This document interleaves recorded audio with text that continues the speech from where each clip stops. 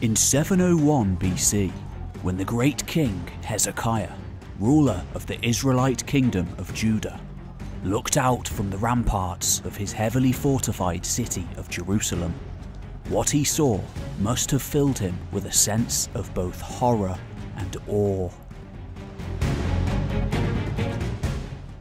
For there, arrayed in the fields surrounding him and his great city, stood thousands of the most disciplined and highly trained warriors in the known world.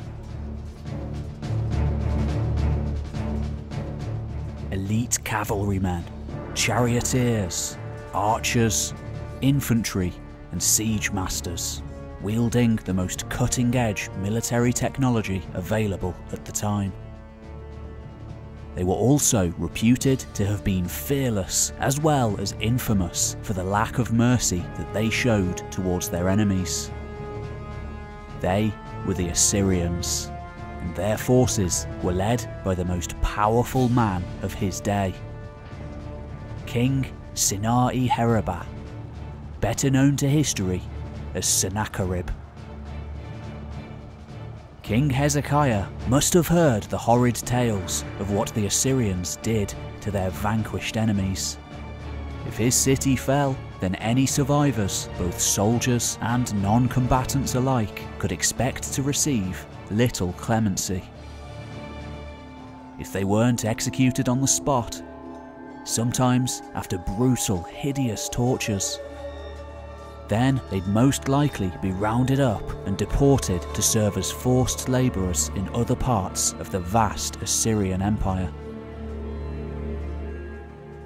In those days, stretching from the Zagros Mountains in Iran to the shores of the Mediterranean Sea, from the highlands of southeastern Anatolia to the northern deserts of Arabia. In time, that empire would also include the great and ancient kingdoms of Egypt and Elam, making the one who sat on the Assyrian throne the wealthiest and most powerful man on earth. And yet, barely a century later, that same mighty empire would be a distant memory. Its once magnificent cities of Ashur, Nineveh and Nimrud, all but forgotten and in ruins. For a good part of 1,000 years, Assyria had been not just one of the most powerful states in the ancient world, but one of the most influential as well. Its legacy carried on for centuries.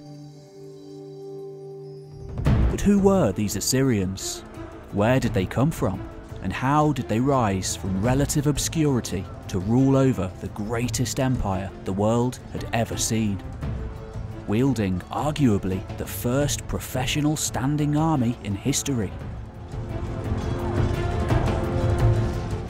In order to answer these questions and more, let's go back to the time when Assyria ruled the world.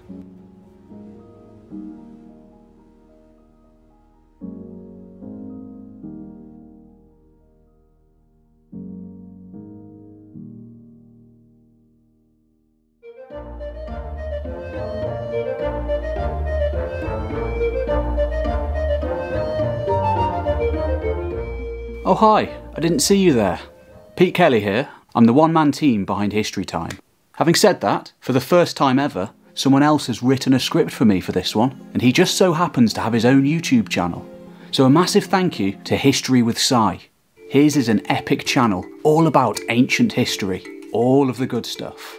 Go subscribe, like, comment, and watch his stuff.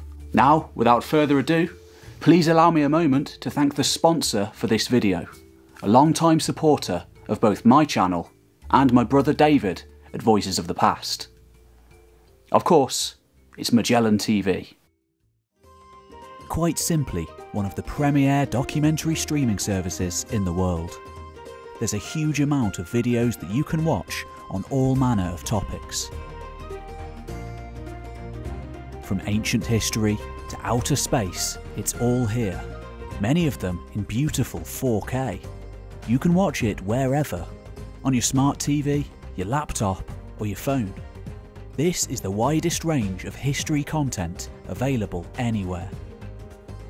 My recommendation at the moment is The Birth of Planet Earth. It's been a great reference for myself and David as we embark on our new channel, The Entire History of the Earth. Just a shameless self-plug there. Anyway, click on the link in the description below or head on over to try.magellantv.com/historytime for an exclusive month-long free trial. What have you got to lose? Go and get yourself some free knowledge. Now, back to the ancient world.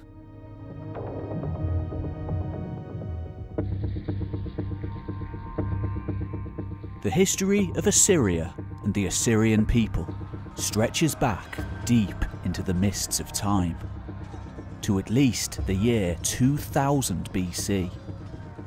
During this long bygone age, what we currently identify as Assyria primarily consisted of a city-state called Ashur, located along the Tigris River in what is now northern Iraq.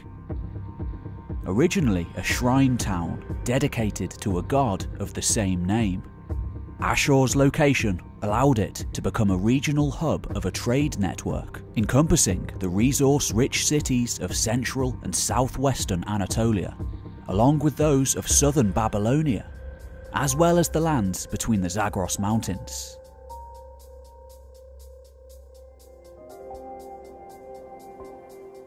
Primarily trading tin and textiles for silver, over time the city-state of Ashur became extremely wealthy.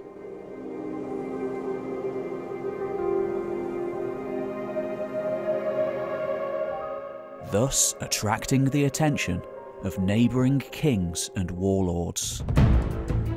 One of these was Shamshi-Adad, an Amorite warlord of a small kingdom called Ekalatum. Around the year 1808 BC, the warlike ruler Shamshi-Adad acquired the city of Ashur, assuming the title of king. Though he would eventually go on to rule a fairly large state that scholars today call the Kingdom of Upper Mesopotamia, the residents of Ashur considered him to be one of their own. And his domain is also known as the Old Assyrian Empire. I've previously made a documentary about Shamshi-Adad and the Old Assyrian Empire that I recommend watching after this one.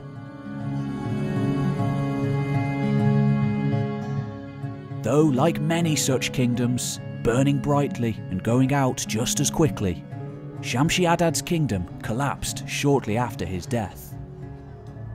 Though it would continue to serve as an inspiration for future Assyrian kings in their own quests to make Assyria a great power once again.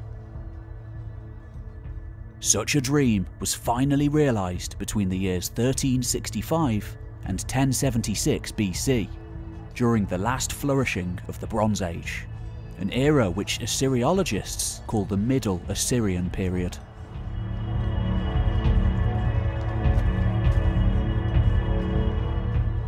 It was during this span of time that the Assyrians overthrew their Mitanni overlords, who had dominated them for centuries, charting their own path to becoming a regional power once more.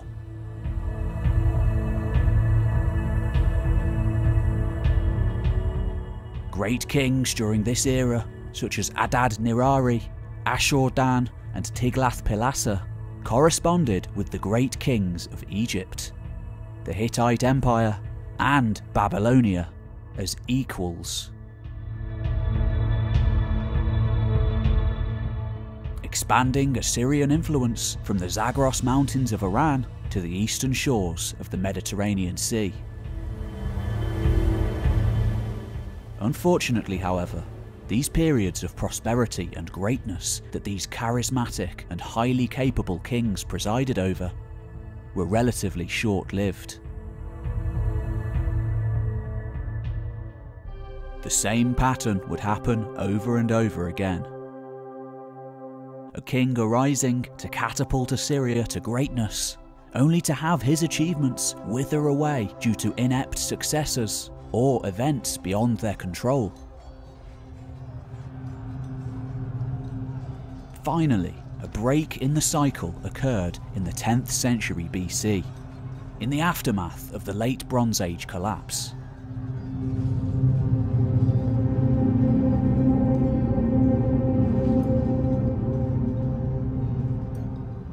They embarked on a path of sustained territorial and economic expansion that was to last over 3 centuries.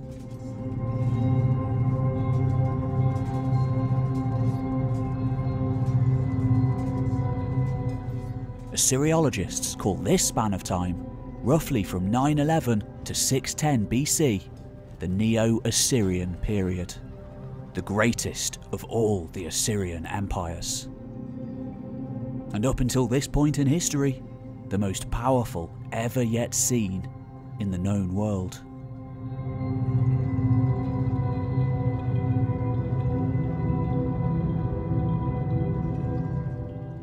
Whether due to the effects of invasions by the mysterious band of migrants and marauders known as the Sea Peoples, climate change, or some other unforeseen circumstance, the political order of the post-Late Bronze Age collapse was very different than that of just a few centuries prior. The once great powers of Egypt, the Hittites, and the Kassite kingdom of Babylon had either lost their imperial possessions or collapsed altogether. Trade and commerce had been greatly disrupted, and entire populations displaced. Assyria too had fallen on hard times. Though it was arguably in a better position than most other states, being far away from the attacks of the Sea Peoples.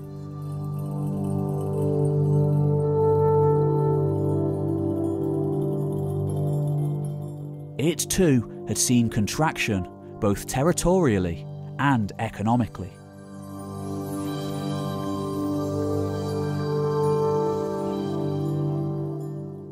Things finally began to change with the ascension of the Assyrian king Ashur-dan II in 934 BC. Like other Assyrian kings of the past, Ashur-dan engaged in several campaigns to expand Assyria's territorial possessions and network of tributary states, the backbone of the empire. However, he also instituted programs to make those territories that Assyria already possessed as productive as possible, including the old Assyrian centres of Ashur and Nineveh. In addition to renovating temples and public buildings, funds were invested into income-producing properties such as farms and mines, in order to help them reach maximum efficiency, streamlining and centralising the economy. In addition, he reformed the Assyrian army, transforming it into the most modern fighting force of its day, especially its chariot divisions, the tanks of the ancient world.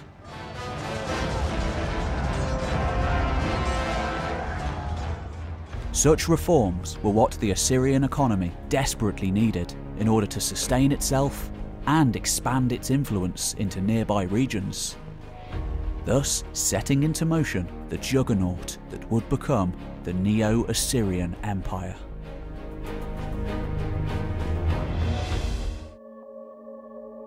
Though Ashur-dan's immediate successors continued his policies of territorial expansion, it was really the king Ashurnasirpal who transformed the great kingdom of Assyria into a true empire. Ruling from 883 to 859 BC, Ashurnasirpal claims to have undertaken at least 14 major military campaigns, expanding Assyria's reach further north into the lands of Neri and Urartu, which today make up parts of southwestern Anatolia, as well as west along the Euphrates River to the wealthy city of Carchemish.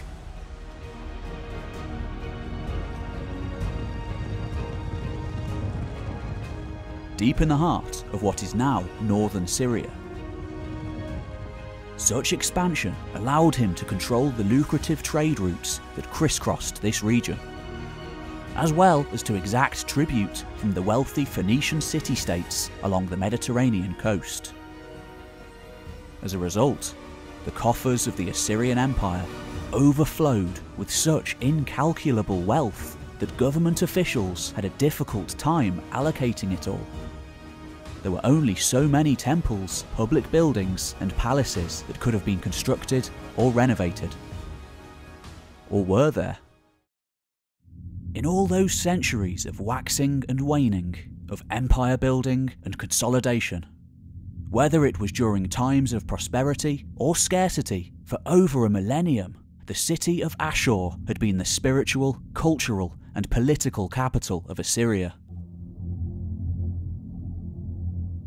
However, what was now Assyria had grown tremendously to become the most powerful and stupendously wealthy state in the ancient world. Thus, Ashurnasirpal decided to build a new capital city to reflect Assyria's place in the world. He chose the small town of Kalhu as the location for this grand project. Situated in the centre of the Assyrian heartland, within the triangle formed by the three important cities of Ashur, Nineveh and Arbela. Kalhu, also known as Nimrud, was the perfect choice for such a city. It was both close to the traditional centres of Assyrian power, whilst far enough away from their old aristocracies and elites, groups of people that Ashurnasirpal loathed, and whose undue influence he could now be rid of. Because Ashurnasirpal's Assyrian Empire was like no other. Likewise, Kalhu had to be a capital without rival. Everything about it was designed to be greater than any other city that had ever existed. Whether it was Sargon the Great's capital of Agade, Hammurabi's Babylon, the Memphis of Ramesses II, or the core Assyrian cities of Ashur and Nineveh, Nimrud was not just to be the centre of Assyria, but the world. Ashurnasirpal made sure that Nimrud had the most beautiful public buildings and gardens, lavish temples, and the largest palaces of any place within his empire. No expense was to be spared.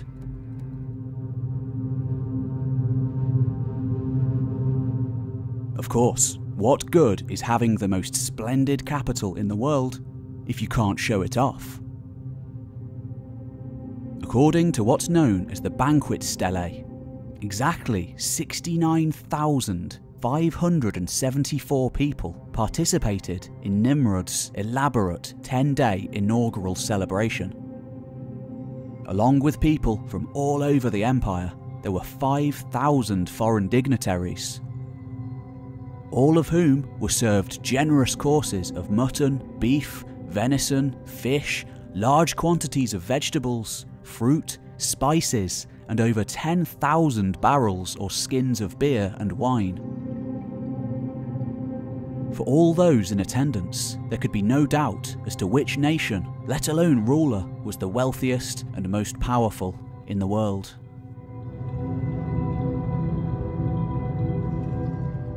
Despite having the ability to live in such splendour, Assyrian kings spent a great portion of time outside their extravagant residences in order to personally campaign against Assyria's many enemies, both foreign and domestic. Ashurnasirpal's son, Shalmaneser III, faced adversaries in all directions, including a coalition of 11 kings from the Levant. who sought to expel Assyrian influence from their region. Led primarily by the kingdoms of Hamath, Damascus, and Israel, forebears of King Hezekiah, the coalition met the army of Shalmaneser III in 853 near the town of Karkar. Though Shalmaneser claimed a great victory, in reality the battle seems to be more of a stalemate.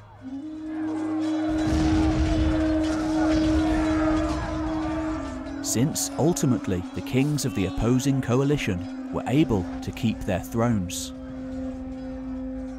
However, several years later, some members of the same coalition resumed their fight against the Assyrians, whilst others went their separate ways. For example, a decade after the Kingdom of Israel under Ahab fought alongside the anti-Assyrian coalition, its new king, Jehu, accepted Shalmaneser as his overlord, becoming one of his vassals. Opposing kings had just two options during this age: accept Assyrian hegemony by paying tribute and supplying soldiers when commanded, or oppose the Assyrian Sun army and risk being wiped out forever.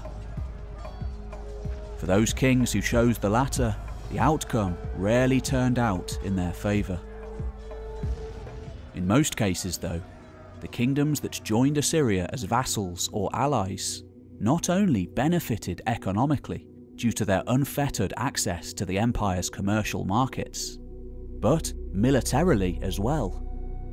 If one of their neighbours threatened them, they could always call on the local Assyrian governor, or even the king himself, for protection and aid.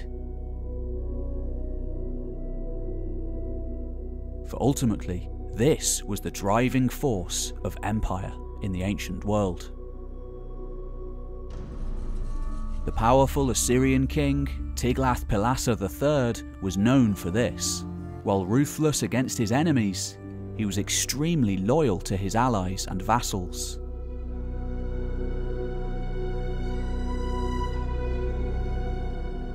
There's an inscription by a king of a land called Yidi that reads, "My father grasped the hem of his lord, the great king of Assyria. Then did he live, and Yidi lived. My father ran the wheel of his lord, Tiglath-Pileser, king of Assyria, in campaigns from east to west. My father died at the feet of Tiglath-Pileser, king of Assyria, on campaign, and all the camp of his lord, the king of Assyria, wept for him. And his lord, the king of Assyria, erected an image of him by the roadside, and brought my father across from Damascus. Then, because of my father's loyalty and my own loyalty, my lord Tiglath-Pileser set me on the throne."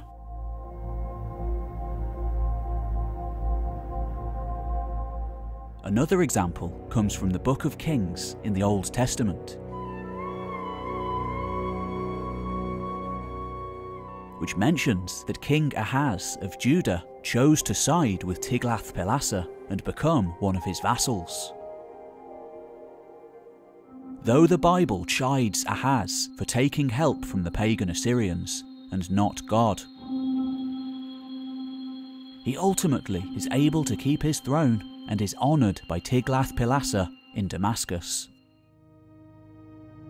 While this narrative is from a religious and not contemporary historical source, it's more or less consistent with what we know of the Assyrian king's steadfast support for his allies. The reign of Tiglath-Pileser is notable not only because it commenced a century of Assyrian territorial expansion in all directions, but also because it further strengthened and re-centralised the authority of the king. But that was in the future.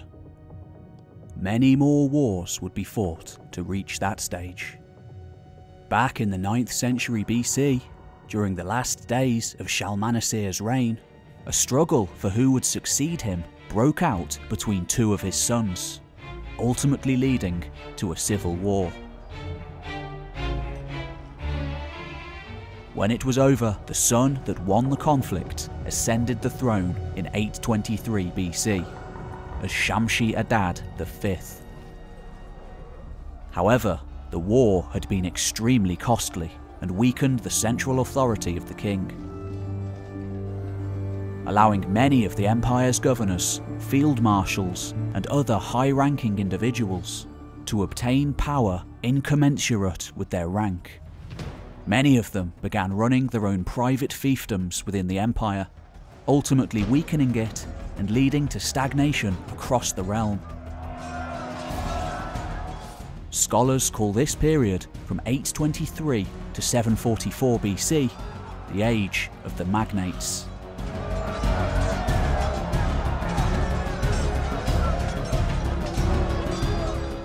Though this all changed in 745 BC, when Tiglath-Pileser took the throne. Fed up of the empire's recent decentralization and divisive politics, he clamped down on the power of the magnates, taking an extremely hardline approach towards his opponents, either terminating them or replacing them with those he knew were personally loyal to him. After consolidating his power, he went on a series of campaigns to reconquer territories that Assyria had been forced to withdraw from a few decades prior. Kingdoms and cities that opposed him were brutally suppressed, with any surviving civilian populations often being deported from their homelands and resettled in other distant regions of the empire. A policy of divide and rule that would continue to be a mainstay in imperial rule for thousands of years to come, all over the world. In their place, new settlers from Assyria moved into their lands and reoccupied or rebuilt their cities. It's believed that the vast majority of these deported peoples were Aramaean speakers, and their settlement throughout the Assyrian Empire may have led to Aramaic becoming the lingua franca of the region for centuries. It's precisely the memory of such brutal policies and actions that have given the ancient Assyrians such a reputation for being a warlike, bloodthirsty people. However, in reality, the aim of the Assyrian king was not to kill or disrupt the lives of his enemies or rebellious subjects, but to maintain a sense of order as well as security from those who would do Assyria harm. Seeing the best way to do this is through fear. Make an example of one city and others will fall in line. Much like the Romans used crucifixion en masse to put down rebels, public shows of power to awe enemies into submission was certainly used by the Assyrians. Perhaps most famous is this inscription by Ashurnasirpal during the early days of imperial expansion. I built a pillar over against the city gate, and I flayed all the chiefs who had revolted, and I covered the pillar with their skins. Some I impaled upon the pillar on stakes, and others I bound to stakes round the pillar. I cut the limbs off the officers who had rebelled.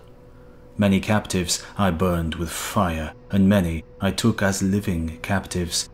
From some I cut off their noses, their ears, and their fingers. Of many I put out their eyes.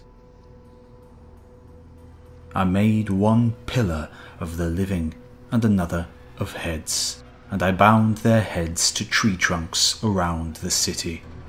Their young men and maidens I consumed with fire. The rest of their warriors I consumed with thirst in the desert of the Euphrates.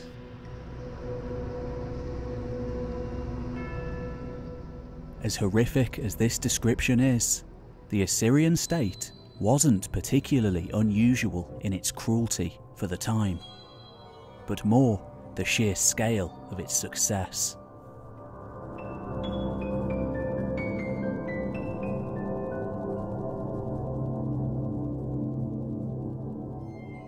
rather than being a barbaric society in the Western sense of the word. The Assyrians were in fact a very cultured and refined people who had their own great literary and artistic traditions. However, they lived in a rough neighbourhood and knew the history of their land and the greater region well, having long memories. Whether these outsiders, especially semi-nomadic ones, Gutians, Amorites, Hurrians, Elamites, or now Aramaeans, these outsiders had more often than not caused havoc to the existing order. For the Assyrian king, it was his divine duty, commanded to him by the god Ashur, to not allow this to happen. Order had to be kept. Thus, if the king had to use brutality against his enemies to make a point and to make his people safe, then so be it. Assyria's very survival depended on it. This same policy also applied to the citizens of the empire. Stay in line and all would be well. Rebel at your own peril.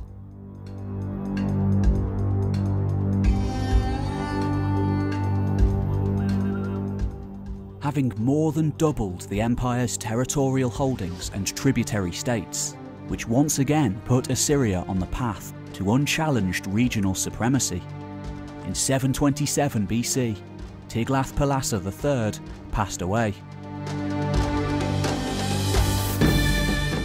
He was succeeded by one of his sons, Shalmaneser V, who, according to a Babylonian chronicle, was the Assyrian king who conquered the kingdom of Israel and its capital at the time, Samaria.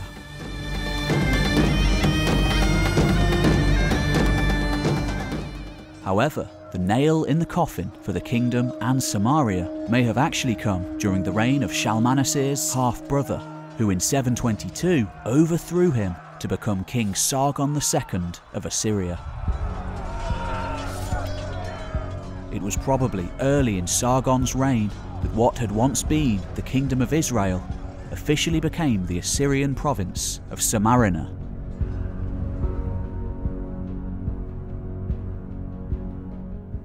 Though the conquest and ultimate subjugation of this kingdom is well known due to its mention in the Bible, it was actually one of Assyria's smaller military campaigns during the Neo-Assyrian period.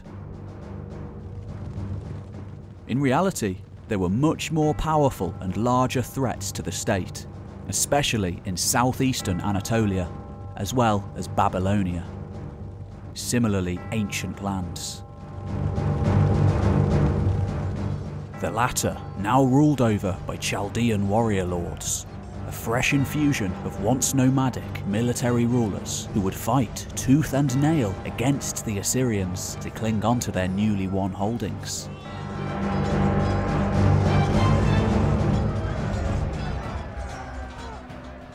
Just north of Assyria, in lands that today make up southeastern Turkey, Armenia, and parts of Iran and Azerbaijan, was the land of Urartu, once consisting of petty kingdoms and hill tribes. In the 9th century BC, its leaders united their realms together into a single great kingdom in order to ward off Assyrian aggression. In time, the kingdom of Urartu became powerful enough to threaten not just the empire's frontier, but the Assyrian heartland itself. Sargon II decided that it was time to put an end once and for all to the threat from Urartu. In 714 BC, he moved deep into Urartian territory, plundering several towns along the way, before defeating the king, Rusa I, in a decisive battle. Rusa and what was left of the Urartian army fled. But the Assyrian king decided not to pursue them. However, instead of returning to Assyria, Sargon, along with 1,000 of his best men, travelled south to the city of Musasir to plunder the sacred temple of Urartu's patron god, Haldi. Both Sargon's military victory over Rusa, as well as the sacking of their national shrine, were near fatal blows Urartu would never fully recover from. All but eliminating the Mountain Kingdom as a threat to Assyria. While the campaign in Urartu may have been Sargon's most famous, perhaps just as important was his ability to pacify unrest in Babylonia. For centuries, Assyria and Babylon had been fierce rivals. Militarily, Assyria was generally the stronger power, and on several occasions had even conquered and occupied the capital city of Babylon itself. There were few fans of Assyria in most Babylonian cities. Neo-Assyrian kings, though, especially as their power and territorial reach grew, considered Babylonia to be within their own sphere of influence, and controlled it under puppet rulers. However, during the short period of instability when Sargon II ascended the throne, many areas of the empire, including Babylonia, took advantage of the situation and revolted. In 722 or 721 BC, a Chaldean by the name of Marduk Apla-Iddina, better known to history as Merodach Baladan, seized the throne of Babylon to declare himself as a king. Due to campaigns in other parts of the empire, Sargon could not fully devote his attention to the Babylonian problem until 710 BC, when he invaded the area in full force. Defeating Merodach Baladan, who eventually went into exile. Beginning a lengthy and interesting series of guerrilla campaigns and adventures in the marshlands of southern Iraq and over the sea and mountains in Iran, the old enemy of Mesopotamia for thousands of years.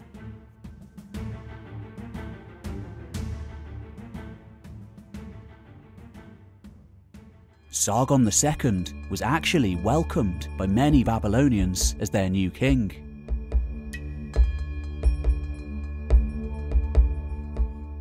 He seemed to return the favour by regularly worshipping Babylon's patron deity Marduk, as well as staying in the city for 3 years, much to the chagrin of many in Assyria. Like Ashurnasirpal II, Sargon II also constructed a new capital city, known as Dur-Shurikin, meaning Fort Sargon. It took at least 10 years to build, being completed in 707 BC. Yet, Sargon spent little time in his new fortress capital, just 2 years later being killed in battle in the region of Tabal on the northern frontier, possibly by Cimmerians, barbarian horse masters of the north. Sargon's body was never recovered from the battlefield, meaning that the proper funeral rites could not be carried out. This, according to Assyrian religion, meant that Sargon's spirit would be cursed to wander the world, never resting in peace. For the average Assyrian, extremely religious devotees of the war god Ashur, along with an elaborate pantheon, this was a sign that they'd been abandoned by the gods. But why? Many may have reasoned that their king's tragic end was due to his love of Babylon, and adoration of its patron deity Marduk. Thus, when his son Sennacherib, better known to history as Sennacherib, came to power in around 704 BC, he abandoned his father's fortress at Dur-Shuriken, moving the Assyrian capital to Nineveh. In many ways, Sennacherib was the exact opposite of his father.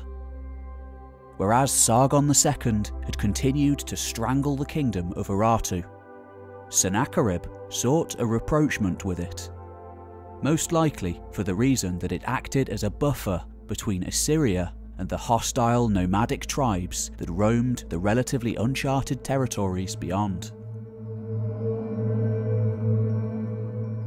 Sennacherib is best known to history for his attack on the Kingdom of Judah and his siege in 701 BC of its capital, Jerusalem. This is yet another event that's described in both the Old Testament of the Bible as well as in Sennacherib's own inscriptions, though each's account of what happened differs. Both agree that Sennacherib moved into the Levant to either accept tribute from or destroy several of its kingdoms. The Assyrians then entered Judah and attacked the city of Lachish before heading to Jerusalem. There, Sennacherib laid siege to the city, but in the end failed to take it. Both the Bible and Assyrian records agree on this outcome, but the reason why isn't clear. The biblical account details the discussion between the prophet Isaiah and Judah's king Hezekiah, who is convinced that he must hold against Sennacherib's siege. Then, one night, an angel miraculously goes through the enemy camp to kill 185,000 of Sennacherib's soldiers.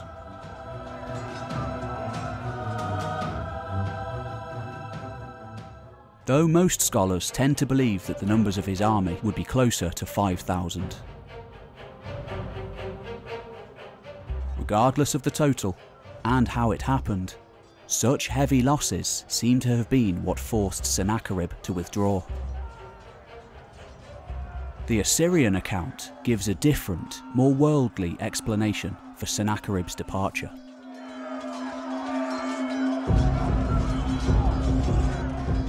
Stressing that on the other side of the empire, there was a massive revolt when Merodach-Baladan returned to foment more trouble in Babylonia. Of course, this is the same Merodach-Baladan who Sennacherib's father had fought and forced into exile barely a decade earlier. Similar to during his father's time, Merodach-Baladan knew that he was outnumbered, and so sought exile in neighbouring Elam.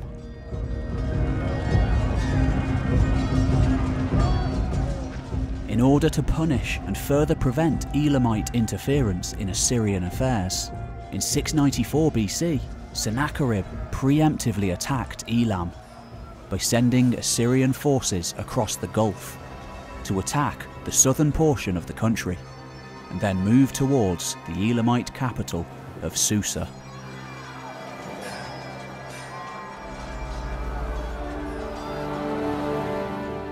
However, this campaign ended up being a disaster, and in retaliation, Elam's ruler, Halushu in Shushanak, bypassed the Assyrian forces to march directly into Babylonia, spurring the locals there into full rebellion.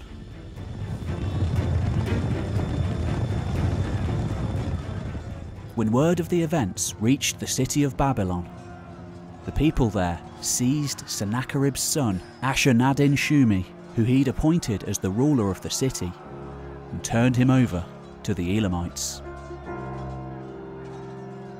It's presumed he was executed. This, for Sennacherib, was the last straw. In what was no doubt an act of personal vengeance, Sennacherib destroyed Babylon. One of his own inscriptions reads as follows: "The city and its houses, from its foundations to its parapets, I swept away, I demolished, I burned with fire. The wall and the outer wall, the temples and the gods, the ziggurat of mud, brick and earth, as many as there were, I tore down and deposited them into the Aratu Canal. In the midst of that city I dug ditches and flooded its ground with water.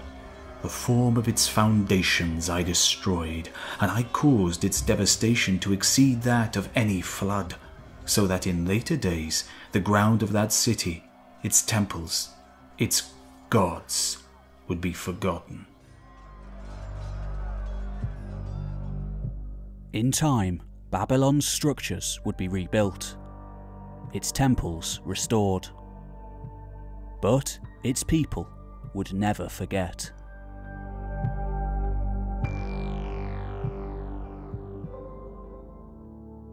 While Sennacherib's life was filled with war and court intrigue, he also spent considerable amounts of time in cultivating the gardens of Nineveh, which he appears to have been very fond of. It is he, along with his grandson Ashurbanipal, who in large part were responsible for making Nineveh the greatest capital city of the ancient world at the time. One theory even argues that the famous Hanging Gardens of Babylon, one of the 7 wonders of the ancient world, which have never been discovered archaeologically, were really a half-remembered nod to the Gardens of Nineveh.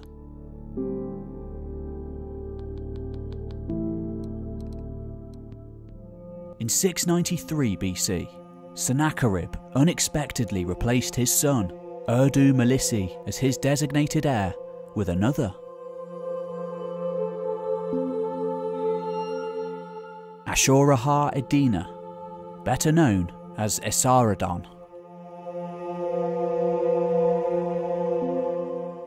Obviously rejecting his father's decision, Urdu-Melissi and his supporters conspired against and assassinated his father. However, Esarhaddon, who at the time was in the western portion of the empire, marched into Nineveh with his supporters to defeat his brother. After which, he became the new king of Assyria after all. Esarhaddon's reign was one of balance. Considering the violent deaths of his grandfather Sargon, and especially that of his father, to be divine warnings, Esarhaddon rebuilt the city of Babylon and the temple of its patron god Marduk. But he also made sure not to neglect Ashur, both the city and the god. He also led military campaigns to conquer or recover Cilicia, the Phoenician city-state of Sidon, Media in the east, Eastern Arabia, and the greatest prize of all, Egypt, which he conquered in 671 BC in less than a month. However, within just a few years, the Egyptians revolted, forcing Esarhaddon to return to the land of the Nile.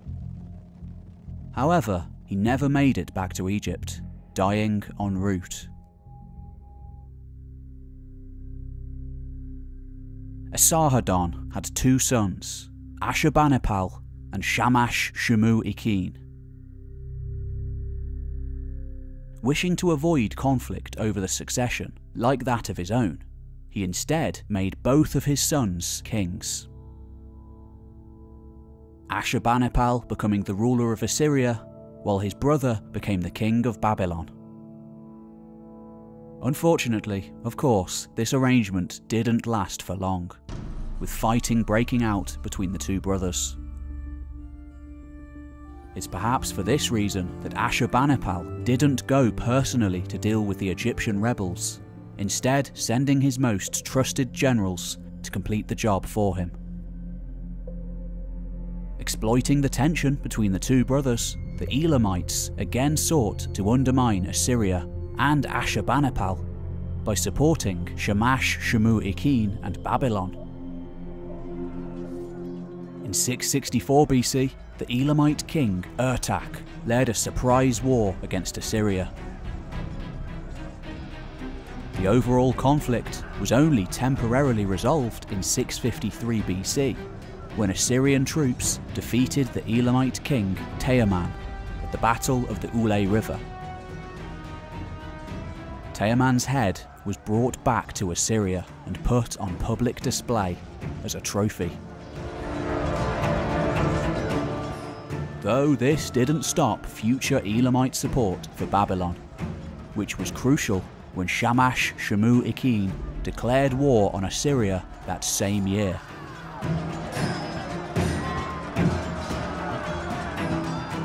This renewed conflict between the brothers lasted for about 4 years, only ending in 648 BC, when Ashurbanipal's men finally entered Babylon to kill the king's brother, possibly by burning him alive as he hid in his palace. Ashurbanipal didn't stop there. He decided that it was time to both punish the Elamites for their years of interference in Babylonian affairs, as well as to ensure that they'd never attack Assyrian interests again. Thus, in 647 BC, Ashurbanipal's army ravaged Elam and the great city of Susa, in a similar manner to that of Sennacherib's destruction of Babylon a few decades prior. He boasted of destroying their temples, burning the city's palaces, plundering its wealth, and even digging up and desecrating the bones of its long-deceased kings.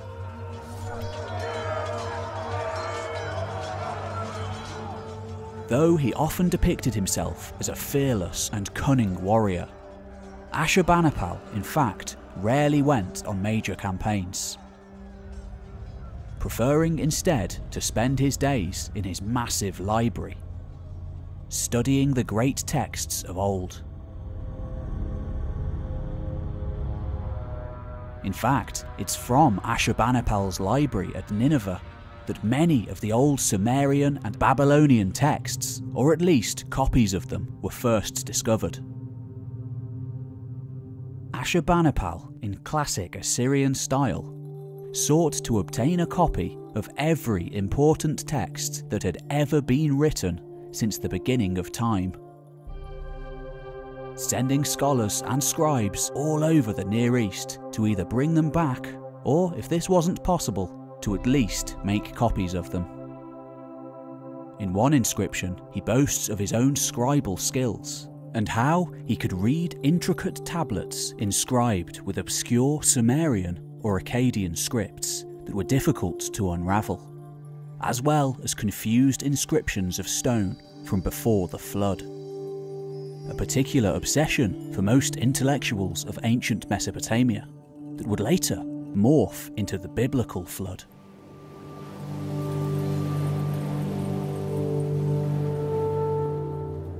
Ashurbanipal was the last of the great Assyrian kings.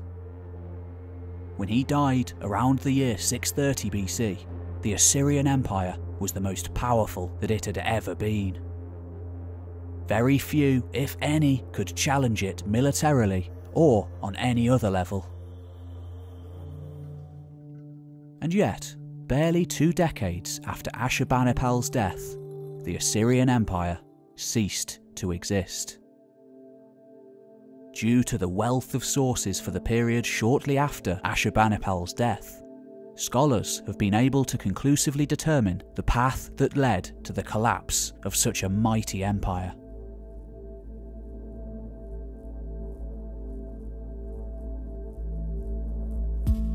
Based on what has been uncovered, it seems that Ashurbanipal's son and successor, Ashur-etel-Ilani, was just a minor when he ascended the throne,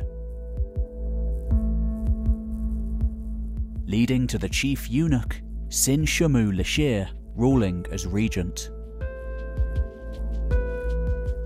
Because eunuchs could not father children or have families, meaning no wealth or property to pass on, they were generally trusted members of most royal administrations. For reasons that are unclear, however, in 627 BC, Ashur-etil-ilani mysteriously disappeared, with the chief eunuch and now regent Sin-Shamu-Lishir crowning himself as king. This was unprecedented in Assyrian history. However, after just a few months on the throne, Sin-Shamu-Lishir himself disappeared, being replaced by another son of Ashurbanipal, Sin-Sharu-Ishkin. By now, however, Assyria's enemies and disgruntled subjects must have known that things were unstable at court. And in the absence of a strong military ruler, many of them decided to revolt, including the Babylonians. A certain Chaldean regional official named Nabopolassar led the anti-Assyrian activities in Babylonia, eventually becoming the king of Babylon. He mustered together whatever forces he could and gradually pushed the Assyrians out of his new realm. However, history could always repeat itself. The Assyrians could always return to reassert control of the region. Thus, Nabopolassar resolved to free Babylonia once and for all from the existential threat looming to their north. Forming an alliance with King Cyaxares of the Medes, an Indo-European people originating in the frontiers around the Zagros Mountains, who had once also been subjugated by the Assyrians, and may have in part filled a power vacuum left in Iran after the Assyrian sack of Susa. Nabopolassar marched north to conquer Assyria. The Medes, only recently a semi-nomadic people steeped in warfare and military conquest, were the first to score major victories against the Assyrians. In 615 BC, conquering the important city of Arrapha, and shortly afterward capturing and devastating Ashur, the very place where Assyria had began.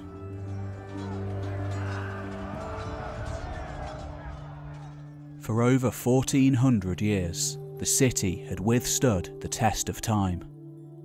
Now, in a matter of weeks, the city's great walls had come down, its temples desecrated, monumental buildings put to the torch, its rich treasuries plundered, and its people massacred. The loss of Ashur must have been a psychological blow greater than any military one that the Assyrians could have suffered. The decisive blow finally came in 612 BC, when the combined Babylonian and Median armies, supported by Scythian horse nomads from the north, breached the walls of Nineveh, enacting the same fate upon it as Ashur.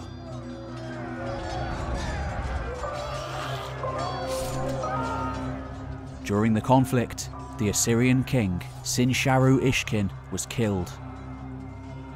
Now the Assyrian heartland had been completely conquered, with the Babylonians and the Medes dividing up the spoils of war.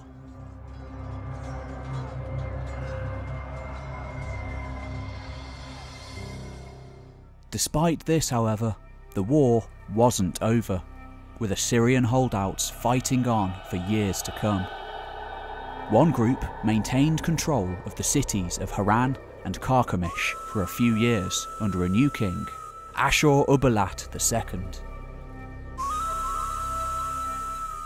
However, by 610 we are told that they were forced out of these cities, and after a failed attempt to retake them, never heard of again. Thus, without a king or a state to run, the Assyrian Empire and the Assyrian Kingdom vanished from the historical record, replaced in time by a new empire, derived in part by the Medes who had conquered Assyria. The Persians, under the Achaemenid dynasty, which utilised much of the societal infrastructure developed over 1,000 years by the Assyrians. While the Assyrians as a people survived, the mighty empire that they had once held, one that had inspired both awe and dread amongst the people of the region, was gone for good.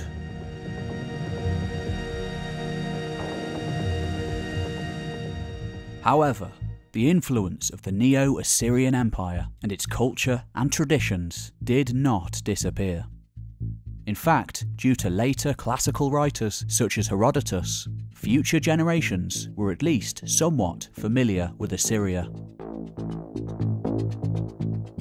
though often mistakenly viewing all of Mesopotamia as Assyrian.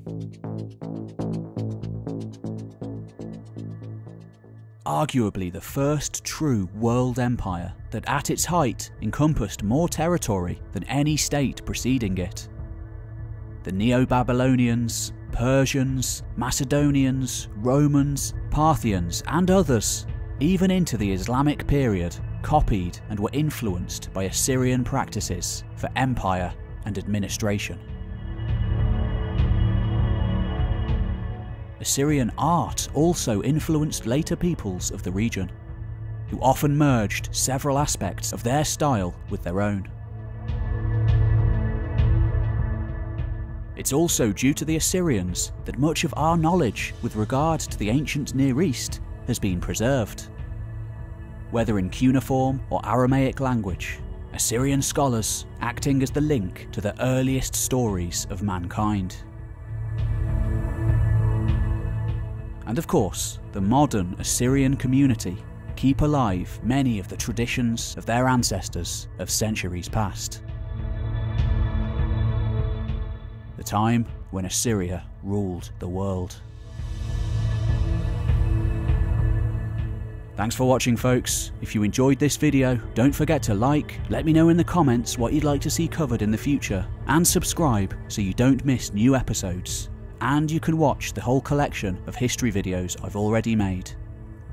You've been watching History Time. My name's Pete Kelly, and I'll see you on the next one.